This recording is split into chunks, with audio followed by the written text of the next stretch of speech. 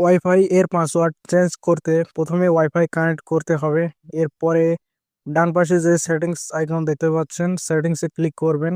এরপর বন্ধুরা দেখতে পাচ্ছেন ম্যানেজ রাউটার অপশনে ক্লিক করবেন। আপনার রাউটার আইপি অ্যাড্রেস দিয়ে রাউটার লগ ইন করতে হবে। এখানে রাউটার লগ ইন করার জন্য অ্যাডমিন পাসওয়ার্ড দিতে হবে। আপনার রাউটার এর যে অ্যাডমিন পাসওয়ার্ড আছে সেই পাসওয়ার্ডটি এখানে দিয়ে দিবেন।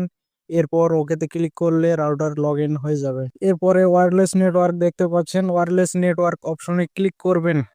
এখানে ক্লিক করার পর আপনার রাউটার এর নাম এবং পাসওয়ার্ড দেখাবে। এখান থেকে রাউটার এর নাম পরিবর্তন করতে পারবেন। নাম দেখাচ্ছে এবং নিচে পাসওয়ার্ড দেখাচ্ছে, চাইলে আপনি এখান থেকে পাসওয়ার্ডটি এডিট করে দিতে পারবেন। প্রথমে আগের পাসওয়ার্ডটি কেটে দিবেন, দেওয়ার পরে নতুন একটি পাসওয়ার্ড সেট করে দিবেন।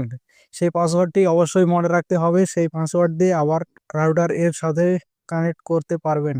আমার রাউটারের সাথে অনেক মোবাইল কানেক্ট আছে, তাই আমি পাসওয়ার্ডটি চেঞ্জ করছি না। আপনারা পাসওয়ার্ডটি এডিট করে ওকেতে ক্লিক করে দিলেই পাসওয়ার্ডটি চেঞ্জ হয়ে যাবে। আশা করি ভিডিওটি দেখে শিখতে পেরেছেন কিভাবে নেডিস ওয়াইফাই এর পাসওয়ার্ড চেঞ্জ করবেন।